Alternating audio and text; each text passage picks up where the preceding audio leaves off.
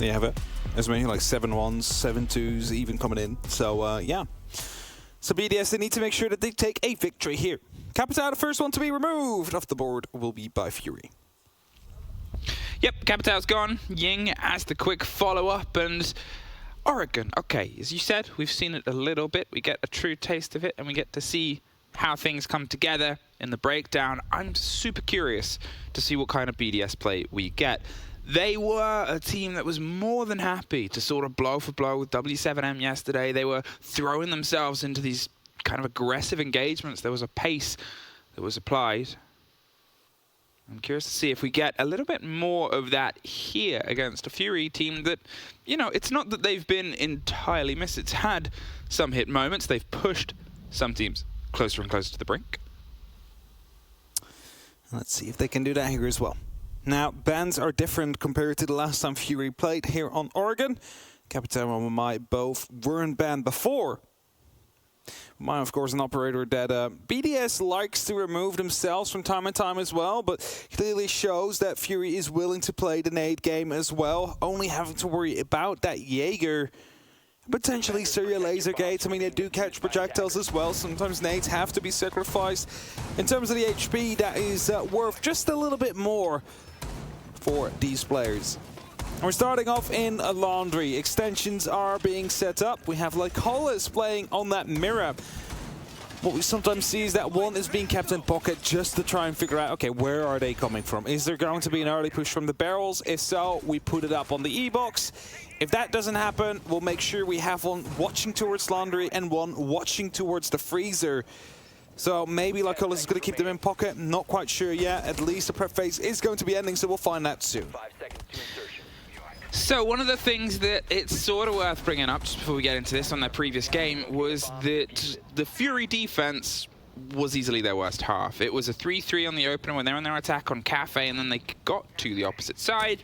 Suddenly things started to fall off. They were only able to pull one defense before BDS sort of rocked them with the 4 attack wins and took the map itself. So I guess we'll see if we get a bit of growth here. There's a quick bit of drone pressure. As I said, I'm curious to see what kind of BDS we get. Sometimes we've seen them be a little bit slower, a little bit more methodical. They are more than happy to play the game in front of them, though. They'll change, they'll adapt, they'll bring the heat when they need to, or step it to a little bit of control. And here, with how the Fury players are slightly set up, the loose play towards the top of tower, the spread and the run around freeze stairs. Oh, they're looking for the fight, and they find it. Lycolis, he's able to take care of Likifak. I saw it being tossed up by Lycolis as he quickly headed back towards his mirror window. The buck coming through. That's basically just giving them the cue. Blow it up now, because otherwise it's going to be destroyed. Right now there is someone quite close. It's as good as it's going to get. And it was just that. Likifak taken out early. That's a buck gone. Luckily not a lot of verticality that needs to be done for this site for BDS. Still an early loss of a gunner, though. The backstairs are being pushed by Elems, though. He's quickly going to see if he can find an aggressive angle towards the pillar.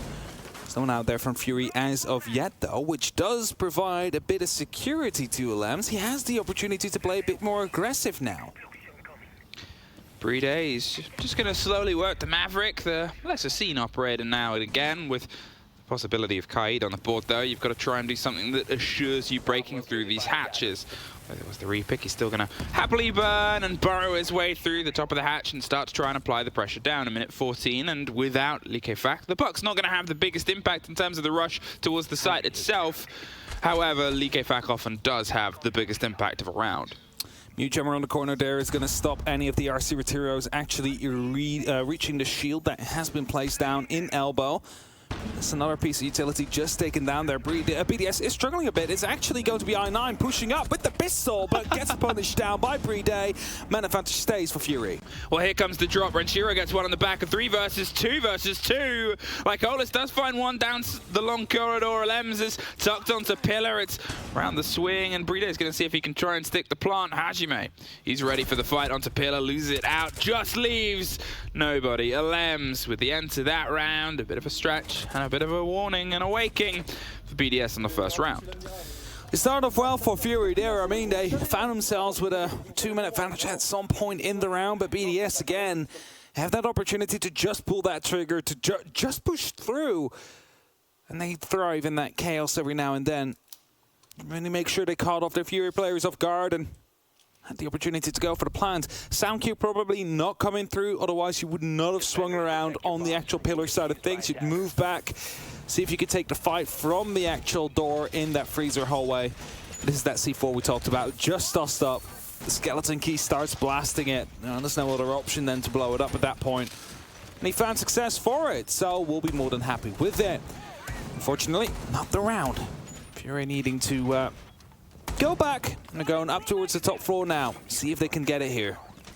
Forgetting the opening 2 bodies to BDS having a bit of a shutdown. That's that control game I talk about. They know how to play what is ahead of them. They know when to sort of put the pressure on, when to pull it back. And you could see instantly as soon as the fight started on the stairs, the pressure wanted to come down from BDS. He knew he had to try and move in the wake of what was being made around him, whether it was the pillar fight, whether it was the one down on the swing on blue from Renshiro, which was actually where the body dropped. Well, it's something they've got to react to. They've got to act to it. And that's, you know, a game you sort of pick apart here steadily. Sometimes if you think you've got an advantage, BDS will choose to pull that back. That was an entirely locked wall with a mirror window. Yeah, I was going to point that out. Yeah. There's no way you're going to be able to use that mirror window and actually challenging that big window. Unless you pop it. Unless you pop it, but what you could do is provide some information. I9 starts it off, takes down Leakafak early on with that one, Mike. Again, Leakafak to drop. He's playing on that knock. Didn't check his corner onto the laundry stairs and loses his life as a result. And then going back towards the mirrors, the other one has been placed in attic, in pit, watching towards that trophy room. So they really want to be, well, putting some pressure onto BDS, giving a bit of anxiety as they want to jump in at some parts of the map, knowing they are in full view of their opponents. Now this sort of hold probably has a lot of pressure onto Hajime, and a lot of pressure's coming onto him. He's going to see if he can try and lock down underneath the window and underneath the side itself, but he is isolated.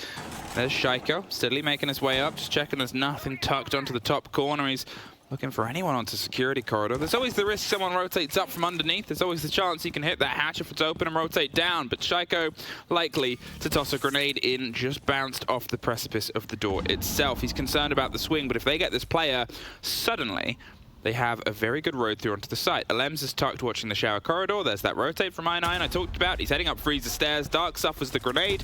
Bounce around. Shaiko locks off Dark. Not sure if that was on the top of White. Yeah, there it was. Shaiko trying to go towards the next now, but I9 has came in to support Hajime. Want to be making sure security stays under control. Alems falls again. Body count still in favor of Fury. Shiro seeing if he can find at least a response grenade to be sending deep towards the rotation that is taking place. But Laconis from above shuts down BDS. That's a diffuser drop. Then you hear the mirror window pop. So now they have an opportunity to challenge that big window, I believe. Hajime is slowly losing space, but look at the time that's ticked away. Some great bodies taken away, and all the focus onto that single player with the support structure I talked about. It can still strike. Hajime's tucked. Puts Ranchero to bed, and Shaiko, he finally wins out at least a bit of ground there, but without the kit, without the time, he doesn't have a huge amount he can do. Here's a bit of running underneath, hopes to get a lucky swing round, but nobody's offering anything as of yet. Looks away at the worst possible time, and the crossfire has a quick cleanup. Fury bounced back with a round for a round. That's keeping up the pressure onto BDS here. Again, we mentioned it before, BDS, they basically need a victory here, knowing that Space Station is going up against W7M now, but also Fury later. That means that they do not have the opportunity to go head-to-head against Space Station to lock it off for a spot in the playoffs. And that means they need to do it here and then see what they can do against W7M later, which will be equaling and basically bettering the result that was put up by Space Station. And as we go on, it is that 1-1 scoreline. BDS basically getting stuck into the setup of Fury there. We saw those mirror windows being set up. We didn't see them fully come into play, especially not the one that was aimed towards Trophy, because no one was coming from Trophy. And also the one that was set up from the big window, because also not real any pressure coming down from there. But it forced BDS to try and take control of security, knowing there's a shotgun playing underneath.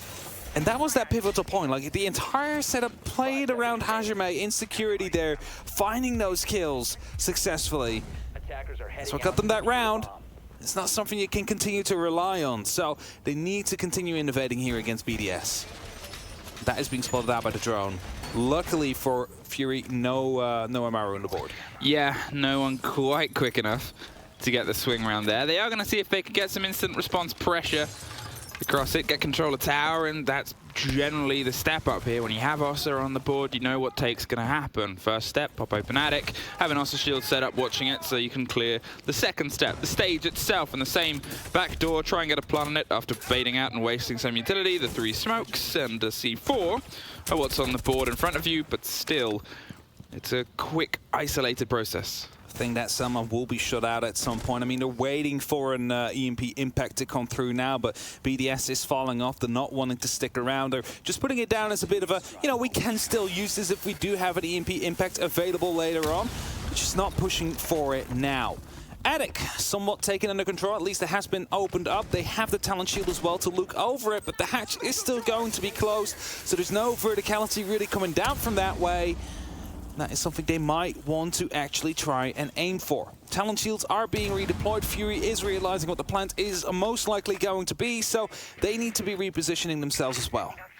The Flores going to start doing some busy work here from the pockets of Alems. There's Mute Jammer again. A well-played Mute Jammer. They sort of know and expect this game, and look at that, caught out on the other side. Missed. The impact EMP a bit too short. That one caught on ADS. There's the roll, and there it is popping. Will it get off in time before the jammer comes back to life? Yes, that might free up the second, but the fight is Shaiko's on the stage itself. I9 went adventurous, and look at the adventure happening over the top. They're even eyeing up maybe a fight over Attic. There's that Ossa I talked about before. They have some cover. There's smoke canisters, but that won't break the shield, and Liquefact finally finds his first. He gets the kill over the trade on the back. He's watching deep. Not for very long though. Dark with the response out of kitchen. Focuses all the fire background. There's almost a rotate underneath, but I think Hajime sniffed out the danger and instead pulls back. One more in the pockets here of Lysolis to buy himself a little bit more time. He gets a great take onto the side of Alems, and he moves up, gets into a new position. Unexpected, he hopes. As long as that Mute Jammer stays sturdy, that Flores drone will not pop off.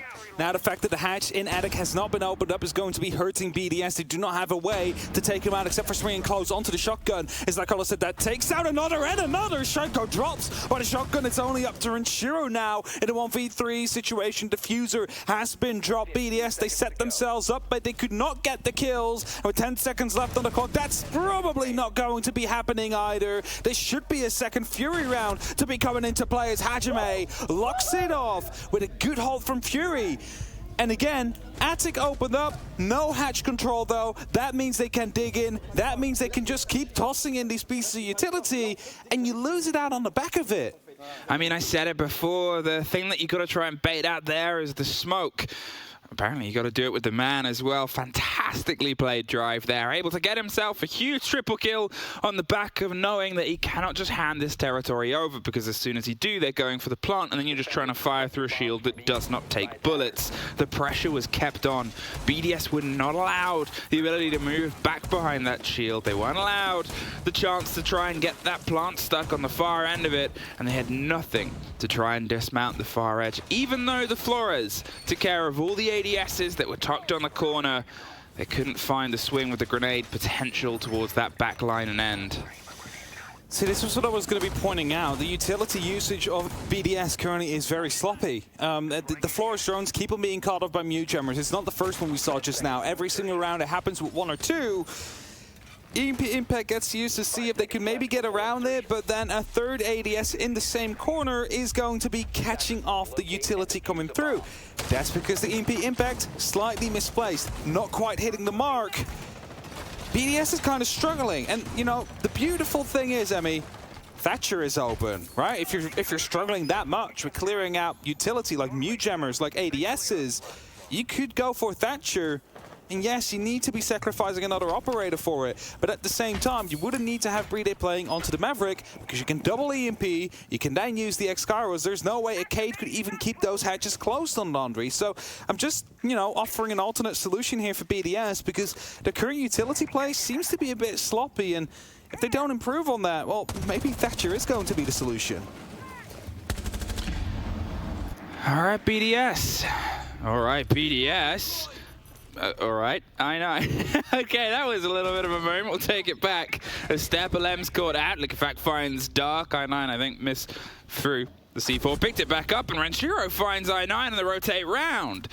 for what started as a sudden fight outside the building turned into a bite back right inside. BDS did not want to have a sort of placid response here, and they're going to keep swinging and pushing and hoping they can catch somebody else on the end of it. They lost one, we will take 2 of yours, and we're going to make sure we do it in a bit of pressure on the site. Hajime, he's a man who knows this too well. He was the pressure that was applied before, and he's got backup this time around. They're going to see if they can push the advantage, and PJ Man is the one that has the lockdown on side the laundry approach. Likifak still unable to truly get the momentum in the train rolling as long as they keep him subdued.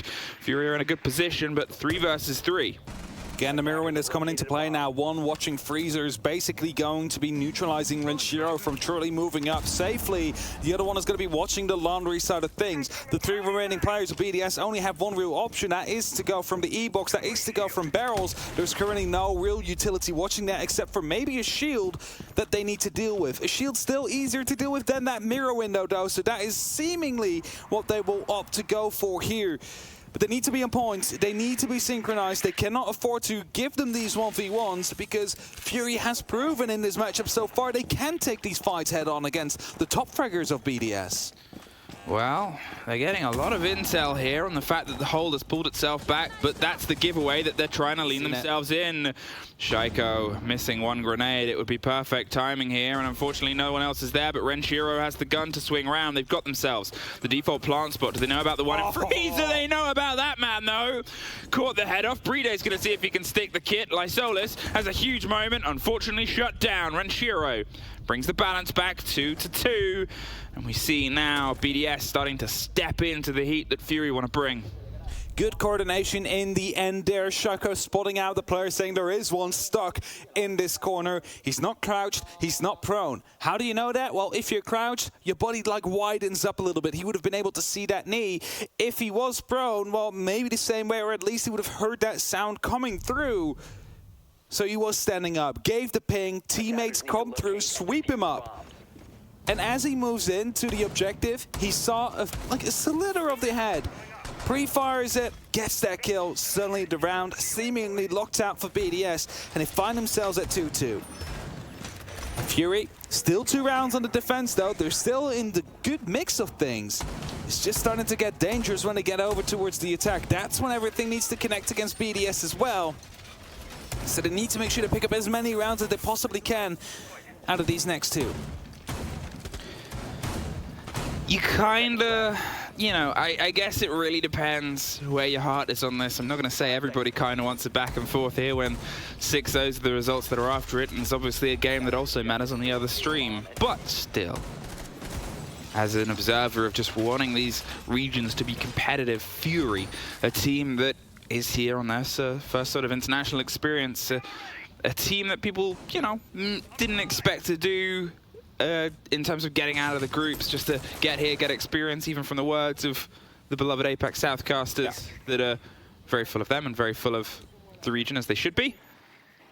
But here, putting pressure onto BDS, who, if anything, are the opposite of that conversation. A team that were once heralded as favorites, dropped out of favoritism by quite a margin, and are trying to reassert themselves. There was huge expectation.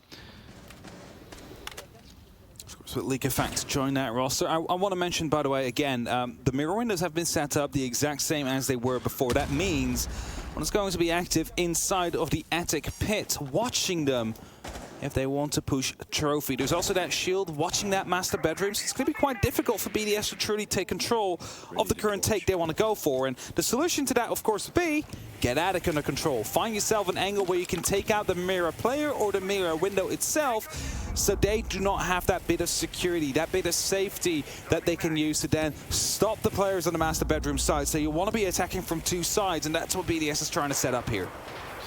Likifak doing some well-rehearsed work here, and LMs takes their head off through it. There is the player underneath. If they try and push, they might get caught out. Shaiko does inside trophy on the opposite end, and that's actually the key for I9 to pull back. The door isn't being directly watched. There's someone flicking on a drone, though, and it's Renshiro that's actually going to take that moment to try a rotate. I9 might be able to punish him depending on how this goes, but instead pulls himself back. He's watching from underneath. If this goes uncontested and unchecked, he might be able to pick up something surprising onto the back line. LM's had to retake the position Shaiko lost. to try and apply some flat pressure here, and the French pressure's coming across. Likefak hesitates by the top of the open hatch. There is nothing in terms of explosives underneath, but there's always the chance that a player might get explosive up on the back end. They're holding for now, but there's 45 seconds. Someone has to break this deadlock. Who's going to be the one that takes the first movement? Actually quite intrigued to see where that second mirror window is, because that other wall was reinforced opposite where it's supposed to be. Lacolla's drops though, and that is going to be an entry that BDS need to try and push through. There's still Fury members all around the site that need to be picked up. Hajime drops, and now one is off site, one is on site. They could try and push for a plant here. BDS looking where it's safe to go. He tucks in, so they just have to watch the swing onto white stairs. They have the window, they have the top of the stairs. BDS once again have the lead. It's been back and forth, but that is technically the only one they've won outside of Laundry. So there's still chance if Fury to bounce back. There is the opportunity, of course, meeting potentially up next or Laundry. One of those two is going to be decided upon during the tactical timeout they have just called. They think they need those 45 seconds. As mentioned before, things start to get scary when they get on their attack, because that is when it all needs to be 100% accurate against BDS. Now they have the opportunity to at least get that extra round on their defense, buy themselves a bit of a buffer as they look to find some points themselves. And if we're going back quickly towards the sheet that was given, was it 8 rounds in a row? Not 8 rounds in total that needed to be gained over these 2 matches for Fury to be eliminated? Yes, so 2 already have been gained here by BDS. So depending on how the other game is going, they might find themselves knocked out at the end of it anyway. 3, I mean, sorry. So 5 more over this in the other game. Maths is confusing. Maths is confusing, yes.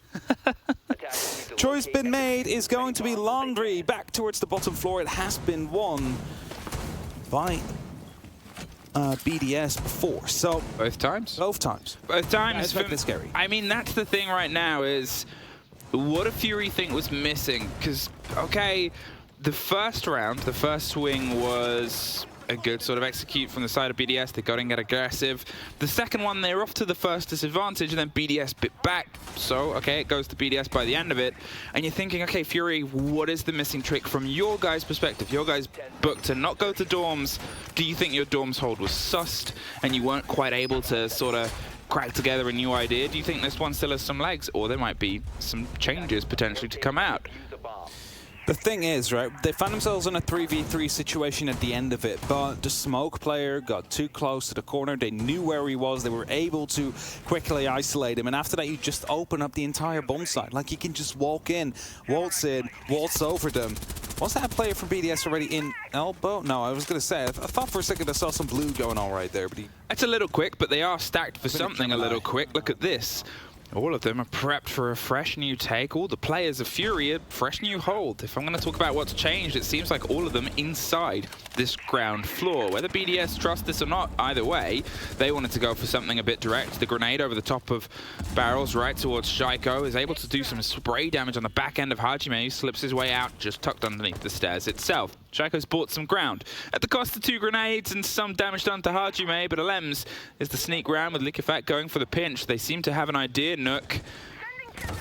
Oh, but you almost had to scratch back onto them. It's a bit back and forth there. You pull back. Nobody's quite been dropped as of yet. Obviously, this was after the Fury tack timeout, so they have a bit of a conversation, but still, BDS are prodding and poking this defense. It's definitely pushing Lacola's back a little bit. He wanted to go aggressive up those Laundry stairs, but wasn't able to find a success.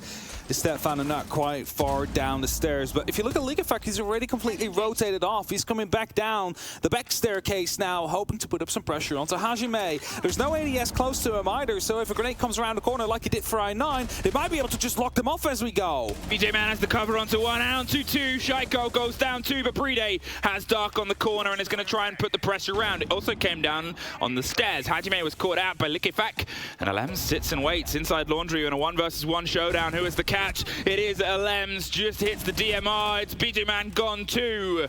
I9, he's been dropped once this round. He's got to see if he can kind of keep himself up with a minute left. Lambs goes for a big rotate. They have all the time in the world, and he does exactly the same thing. We talked about being the old experienced hand brought onto the international stage here. He's against 3 that, well, their experience is sort of a bit mixed, but in the pockets of Lambs, he is one of the 2 people that has been to the most majors alongside Rise from Wolves. You can't really get more experienced than that. BDS going to see if he can stick it. He's going to just get himself down onto the default. The pings are there and continual. The fight down long isn't the one we see. I marked it down as the first plane to go down, but he was about 0.2 seconds short. So that's not happening, but a 2-4 lead is going to be there for BDS. The tactical timeout they called on Fury, not going to be successful in the end there. Not able to translate Laundry into a round victory due to the fact that they basically locked themselves out. They gave BDS so much space to just go for it.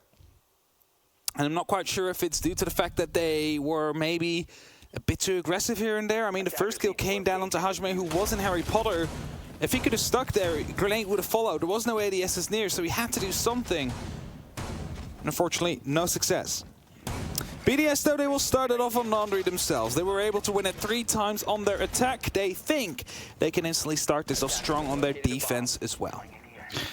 They have that round boost. They have that slight advantage now that they can try and put the pressure onto here. They are known for defending this map very well. When you have a player who's named after a spot, you would assume that. You would assume they've got a couple of plays they can do.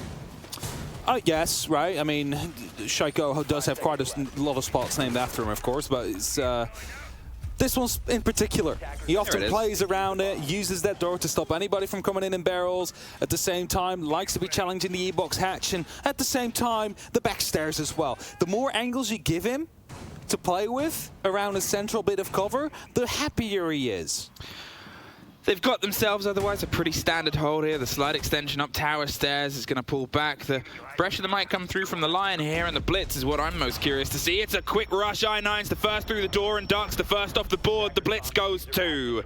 Liquefac was not going to be surprised by that. It was an all-in rush, and they're almost all out. La Solis is the only one to find a soul on the back end there, and Shiro is caught out. And with a slow rotation up, he thought there might be someone rotating down. Hajime's there to offer some support. They have the pocket breach to be able to pop open. Nothing. There's a Kaid claw there. It's going to stop any of that route through. They do not have the pocket EMPs. Everything was put into that short change run, and unfortunately they came out short changed. The K being brought by BDS is going to be stopping that, as you just mentioned. It's actually quite funny because Fury didn't bring that at any of their given defenses. Even though BDS did not run the Hibana, but kept using that Maverick.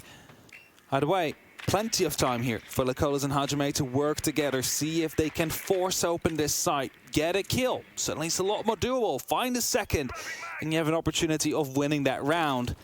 Shield's being spotted out. It's not going to be helping them too much, but it's a potential position where a player might be. See a lot of communication going on right now from Fury. Just holding off on some of these angles. Maybe someone will come for a bit of an aggressive push, but BDS is holding tight. This is the experience as well. They don't want to go like frag hunting right now. They respect Fury. As I mentioned, they have to if they want to make sure that they get this victory.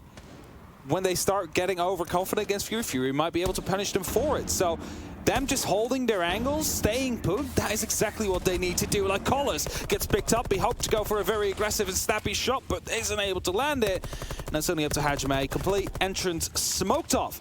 50 seconds left on the clock. Using that spear, hoping to go for pre-fires, but again, BDS just staying patient. They know where he is. They know where he is. They know what he's trying to do, and that's the bad thing about a rush. If you take a gamble and it does not pay off, then you find yourself with a lot of time left to kill, and actually not a lot of bullets. He's only really got about 3 clips left. There's 4 people watching him. Yeah, there's only so many angles you can pre-fire here. 30 seconds. He's hoping he can get gifted one out the door. You assume the team has taken this moment to talk. Another smoke canister just to make things even tougher. But this is, without some sort of incident, a 5-2 here for BDS. They put the difference down. They put themselves 2 rounds away from securing the points. They put themselves 2 rounds away from ending Fury's run. C4 came in the end. That actually lasted quite long before they decided to toss that piece of utility. And that's going to be the end of that round. Not based on time, but based on kills. You see the smiles there on the Lems. They also know that, okay, that has gone quite well. That is rush 1 averted. And that is finding yourselves 2 rounds away from the full points. And again, depending on how the other game is going, might be decisive on how eventually it ends. If Space Station wins that, it is going to be very difficult for BDS to still be able to catch up, because then round differential and them winning against W7M is going to be crucial. And as we get going, we are headed towards the top floor, towards the bedrooms. Frost is being brought out, shields are being set up. They want to be holding around Armory and the master bedroom. Stop them from truly pushing in. That rotation you see in the walk-in closet towards games is also going to be crucial to it. You might even have a shotgun playing quite close there, that as soon as they do get in, they get blasted off the back of the map and, you know, not really giving them the opportunity to push in. That is going to be putting Fury under a lot of pressure, trying to find that entrance that will work for them. 5 seconds to insert.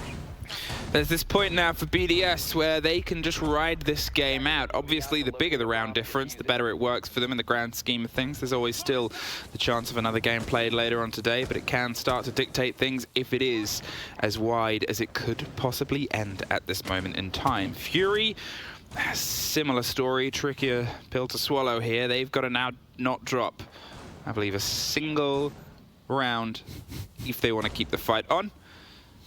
So it's got to be pitch perfect from the team from APAC South. And they might already be basically out based on how the other game is going, right? It might. We do not know. We do not know at this moment in time. You all at home who can watch. Neither does Fury, so we all know the same thing. Yeah. In this lobby right now, we're all. There's everything still to play for.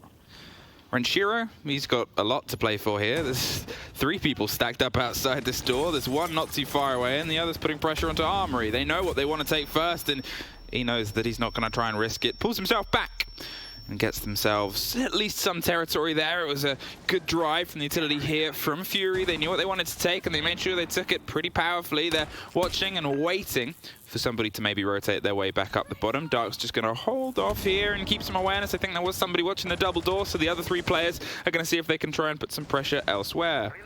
Big tower player has just been spotted out. That window is open. Hajime is going to be holding it in a very tight angle, hoping to shut down Alems, who of course has the opportunity to put some pressure down onto the Armory staircase from these windows if he wants to. So Hajime is in a good position here to stop that from happening. Likafak on a very tight angle is going to be trying to make sure he finds I9 if they push through, but he's receiving some pressure from the actual game's window to come through. But he's not sure if it was from above or from the actual rappel.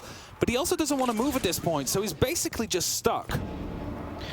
Well, there's BG Man, still finding body. He's been consistent across the game so far. He's now going to see if there is any other pressure coming out as the hop-in as I9 goes for the slow and steady creep. He's not quite been caught out yet. Pre-fires one side, gives a bit of the position away. The fight comes back towards him from 2 different angles, but it's a very narrow one. Dark, he gets one. Alems gets one back, but it's picked up on the rotate. Suddenly, Likafak and Alems, all that's left. The fight on the window, but look at where the kid is. They have time, but they've got to still recollect it. Alems pulls himself back, goes for the fight out the window, but it's pre-fired and angled. He just keeps going in with scrapes and scratches against each other. It will reveal there's only one player currently on site. Alems has to fight his way back round. He finally wins it out, but Lysolus is going to see if he can get the plant put down. There is some cover coming through. They know they have an angle though, and Likafak's able to punish them via it. 20 seconds, a 2 versus 2. The fight scrappy over the side of dorms. That's the concern of the rotate that we talked about not being open before. It's a fight now, and it's one that Likafak wins out. BG Man, he's able to get one more off the back of it. A final fight tucked around the corner. He cannot quite find it. We asked why he had a slow start to the game. He's more than happy to have a big end. Likafak gets a huge round. A 2v4 clutch coming down there from the side of BDS. They lost most of their ground, they lost most of their players, but they stayed put. They skirmished themselves around. They did not wait for the rest of Fury to come in. You saw them move around, and that's important in those situations. You take these small fights, but you do not fully commit to it. You try and, you know, take up as much as the HP as possible, and at some point you saw every single player in the map was just a single bullet away. At that point, it is just who pulls that trigger faster, who gets that first initial hit in, that is going to be getting away with it. 6-2 BDS. One more round and they find themselves with those 3, but more importantly, what it eventually will come down to almost certainly in this map and in this group is the round differential. If BDS lock it off now, it is going to be +5. That will elevate them above Space Station Gaming based on the results before these matches started. BDS. I mean, there was a moment there where it was the 2 versus 4 disadvantage and you pulled out a clutch. As I said, for what was a slow start for Liquefac, he now finds himself 12-4. It's not been as big as the round we just had there with the kills he got, but still, he was the terrifying factor. If you're Fury, you did not want to pop off, and probably the same if you're SSG on the other stream as well. So, can he find that last little fight? They find themselves in meeting. We talked about this, the pressure and the pocket EMPs to get this wall opened, and there it is. It means that the hold on the back end, if you go for the stage plant, is tougher to hold.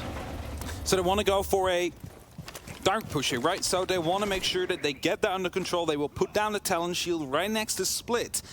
If you do that and if you keep that lobby under control, there is a good opportunity to go for the plant because of the lack of other angles that could be used by those defenders, especially if you also have pressure coming down from that stage. The entirety of meeting will basically become unplayable.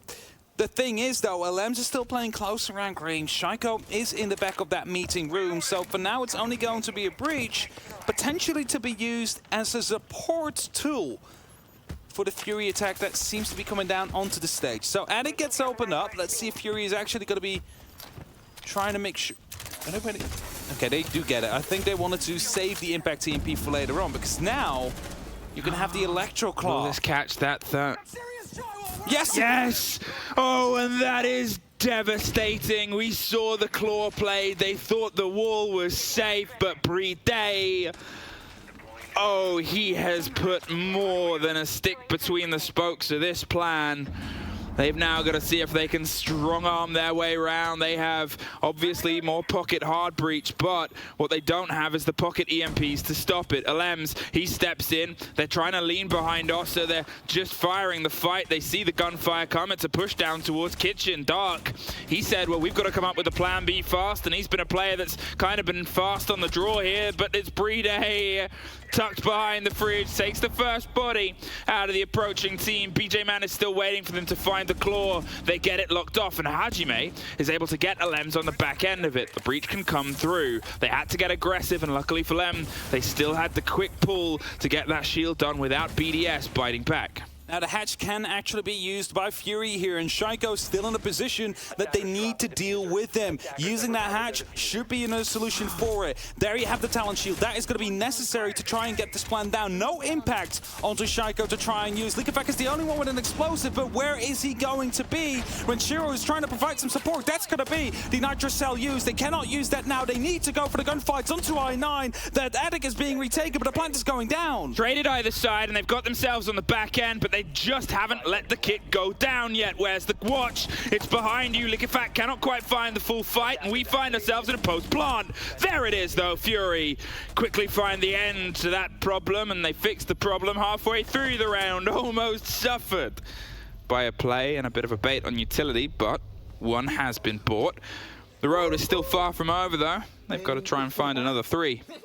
A lot of time wasted by that one Electro Claw coming through from Fury because it forced BG Men to come over with the ace to use the Selmas. It was basically on a similar role that Liquefac was when they were attacking the same side. Just being on the back, trying to see if he could find a kill or two to at least keep the pressure up onto the backside. Keep them guessing, like where are they actually going to be fully committing to? But he had to come back because of the last exothermic to be caught off. That's what happens when you do not have that full control of the Attic yet. Liquefac just allowed to toss in, or Bride just allowed to toss in the K-Claw. Impact EMPs being tossed through, but just too late, not able to save it. And again, Thatcher, for example, could have been the alternative. You do that double EMP, there's nothing that will stop you at that moment in time. Last time we were on this site, it was a very different play and a very different ploy and a pocket attempt. It's not the most out there. Everyone can sort of see when there's a blitz and a gun 6 ready what the rush is going to be. But here, this is a different approach from Fury. Something with a little bit more meter in it, something that will probably be a little bit more metered. And they try and find the rhythm. You can see that BDS, they've got themselves the chance of a spread here. They do often have the hold down with some flirts of danger leaning in, but they otherwise are happy to hand over big portions of the map that other players like to often play in. So now, again, it is going to be that bottom floor which they need to find the entry for. Didn't find it the first time they were here. It was BDS that actually managed to draw the first blood. So it's up to Fury to find a change in that. And we'll start with taking control of that top floor and the middle floor as well. They have to drone that out. They have to see if it's going to be all safe to pass through. As the drones come in, you saw the Electroclaw already being placed on the meeting hatch. There is not going to be a Thatcher. There's not going to be impact EMPs. The Maverick of Lycolis will have to send, well, himself in to start using that blowtorch to open up that hatch. But with a leak effect playing right below it, he might actually be trying to aim for a head with the TCSG or just send in a nitro cell and blow him up as he goes. And if that happens, those hatches will stay closed and Fury will have to go down the staircases to try, you know, and get those sites under control. Flores drone rolls right past, does get rid of the Banshee, doesn't quite get the ADS that was tucked in the close wall there, was almost within the range, but there's always more of an opportunity for that. It's a quick drive. Shaiko in the Shaiko spot, is waiting for the approach. Hajime is droning out the far end, and here comes Maverick. As we said, since he lost the grenades, his pick rate has dropped off massively. He has to play himself in much different positions, and that's the change of the claw. They're going to get that hatch open, so let's reinforce the wall that they otherwise won't be able to. It makes the Shaiko spot much more solid, means it's trickier to get him out of there if you have any ranged hard breach. Which they don't, but of course BDS doesn't know that at this point. So the hatch has been opened up. They're instantly putting down some rounds to see and make sure that BDS stays away, doesn't instantly lean back into that fight. Hajime rotating around, he's going to be trying to put some pressure down from barrels. It's what you need. You need to have that door open up, especially to keep Shaiko in place, who's looking to go aggressive towards the back stairs here to get over Renshiro. Well, here comes the first burst, the utility pressure across the back of the site. Likifak wants to step in and see if he can catch the player, and there's one. There's not the response, but Shaiko gets it, and it's back and forth. BG Man is able to find one out of it, but Renshiro has the cover, and instantly Hajime has it right back. It was a bloodshed. The Fury across Fury is trying to find its way through the single fight either side. Now 2 1 versus 1s have appeared out of the mess of what was a hot drop in the core of the site defense. Brede on one end suddenly finds the header one.